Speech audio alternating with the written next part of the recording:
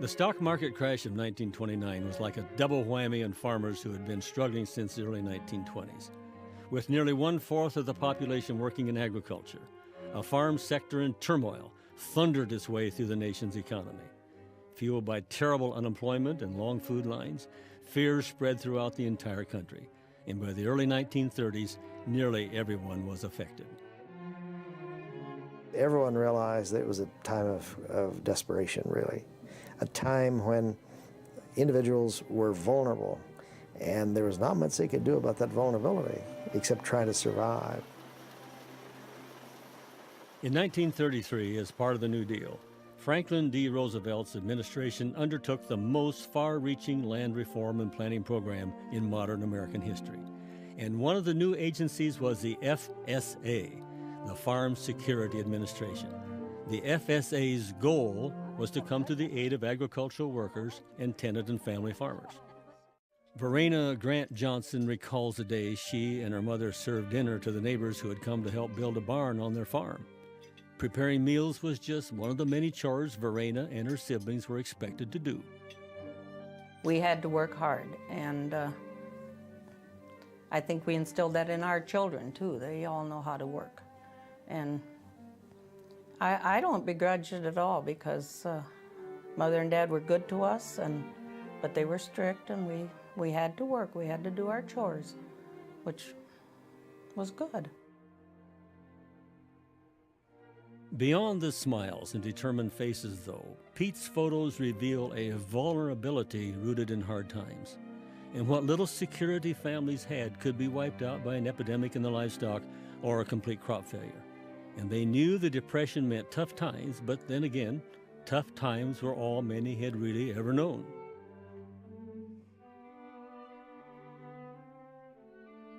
I can remember my father telling my mother in the fall of '36, we had $100 to get through the winter and put the crop in. Now, we didn't buy a lot of inputs then. We didn't buy a lot of food, but they made it. You kind of think back and wonder how they managed to have enough vision, enough courage to get through those times. It was tough. It had been tough for a number of years. Many point out they did not realize they were doing without, simply because they had always done without. And even if they had felt a sense of urgency, looking for help from outside the farm was anything but second nature. After all, farms then were by and large self-sufficient. If families could grow their own fruits and vegetables and raise their own meat and plow their own fields, they could come up with homegrown solutions to Depression dilemmas too. There was pride in handling one's own affairs.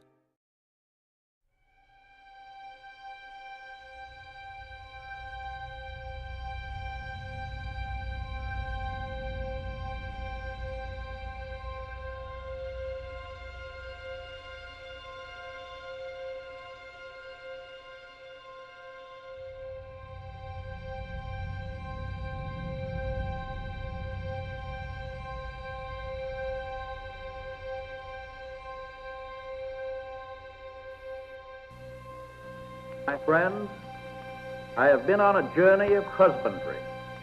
I went primarily to see at first hand conditions in the drought states, to see how effectively federal and local authorities are taking care of pressing problems of relief, and also how they are to work together to defend the people of this country against the effects of future droughts. I saw drought devastation in 9 states. I talked with families who had lost their wheat crop, lost their corn crop, lost their livestock, lost the water in their well, lost their garden, and come through to the end of the summer without $1 of cash resources, facing the winter without feed or food, facing a planting season without seed to put in the ground. That was the extreme case. But there are thousands and thousands of families on western farms who share the same difficulties. I saw cattlemen who, because of lack of grass or lack of winter feed, have been compelled to sell all but their breeding stock and will need help to carry even these through the coming winter. I saw livestock kept alive only because water had been brought to them long distances in tank cars. I saw other farm families who have not lost everything, but who, because they have made only partial crops, must have some form of help if they are to continue farming next spring. I shall never forget the fields of wheat, so blasted by heat that they cannot be harvested. I shall never forget field after field of corn, stunted, earless, stripped of leaves, for what the sun left, the grasshoppers took. I saw brown pasture that would not keep a cow on 50 acres. Yet I would not have you think for a single minute that there is permanent disaster in these drought regions, or that the picture I saw meant depopulating these areas. No cracked earth, no blistering sun, no burning wind, no grasshoppers are a permanent match for the indomitable American farmers and stockmen and their wives and children who have carried on through desperate days and inspire us with their self-reliance, their tenacity, and their courage. It was their fathers' task to make homes. It is their task to keep these homes. And it is our task to help them win their fight. First, let me talk for a minute about this autumn and the coming winter. We have the option, in the case of families who need actual subsistence, of putting them on the dole or putting them to work. They do not want to go on the dole, and they are 1,000% right. We agree, therefore, that we must put them to work for a decent wage, and when we reach that decision, we kill two birds with one stone, because these families will earn enough by working not only to subsist themselves, but to buy food for their stock and seed for next year's planting. And into this scheme of things there fit, of course, the government lending agencies, which next year, as in the past, will help with production loans.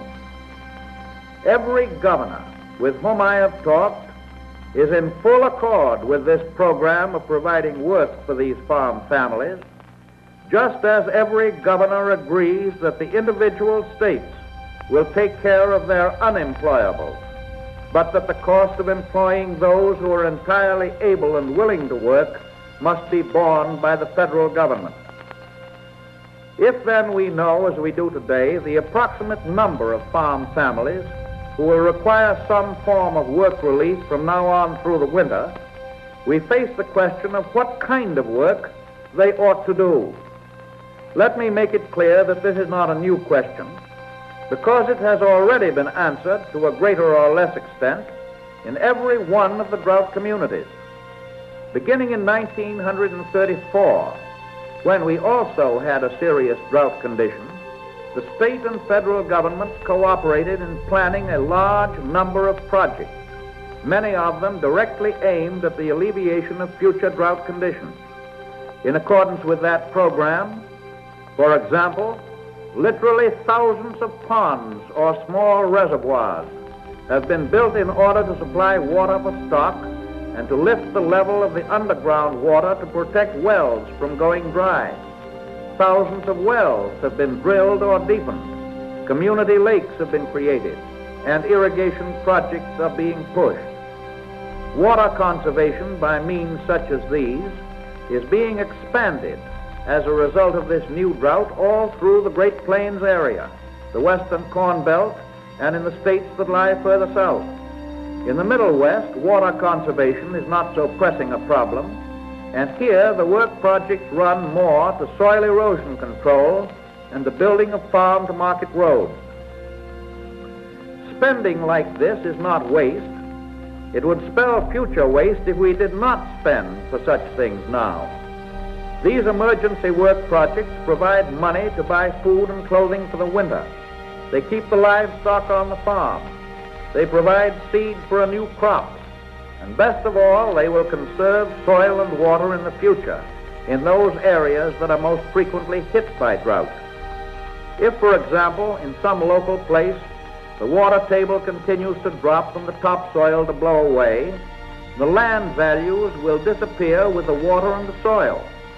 People on the farms will drift into nearby cities. The cities will have no farm trade, and the workers in the city factories and stores will have no jobs. Property values in those cities will decline. If, on the other hand, the farms within that area remain as farms with better water supply and no erosion, the farm population will stay on the land and prosper, and the nearby cities will prosper too. Property values will increase instead of disappearing. That is why it is worth our while as a nation to spend money in order to save money.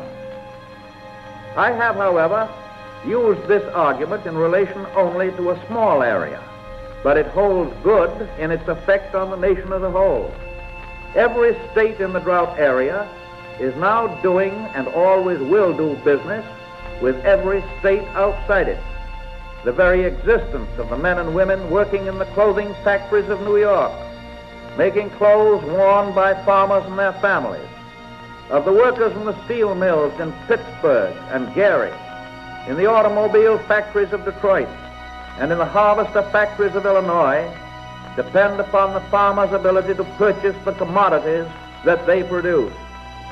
In the same way, it is the purchasing power of the workers in these factories in the cities that enables them and their wives and children to eat more beef, more pork, more wheat, more corn, more fruit, and more dairy products, and to buy more clothing made from cotton and wool and leather.